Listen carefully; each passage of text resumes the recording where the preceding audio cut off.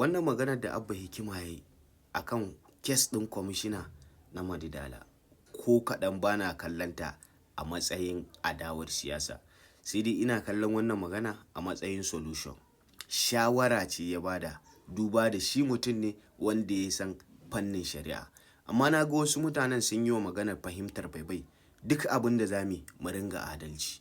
Adalci ɗaya ne, daga ƙinsa kuma an tafi rashin adalci.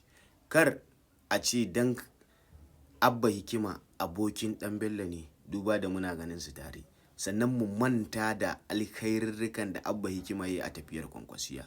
Duk wanda bai sani ba, Abba Hikima ya ba da gudumawa mai ƙarfi a tafiyar Kwankwasiya.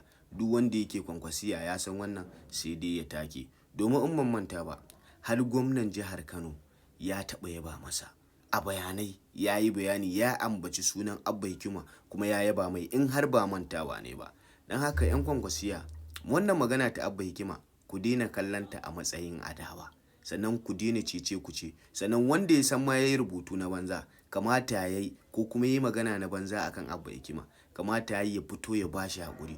Domin wallahi Abba Hikima ya ba mu gudumawa 100%. Kan mu ringa manta alkhairi. Sannan alhamdulillah, shi kansa kwamishinan, wanda shi kuskure dama ba wanda baya yinsa, ya fito ya janye wannan beli da ya yi. Sannan muna fatan Allah Ubangiji ya kiyaye. Sannan duk wasu masu mukaman siyasa a Kano, ya kamata ku san irin mutanen da za ku ringa tsayawa akan kes ɗinsu.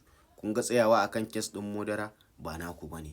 Tsayawa akan kes ɗin drugs ba naku bane. Duk wani babban kes da ya zamana ana ganin sa laifi ne babba a tsarin constitution na ƙasa, to ba laifi bane wanda ya kamata ku ringa tsayawa a kansa.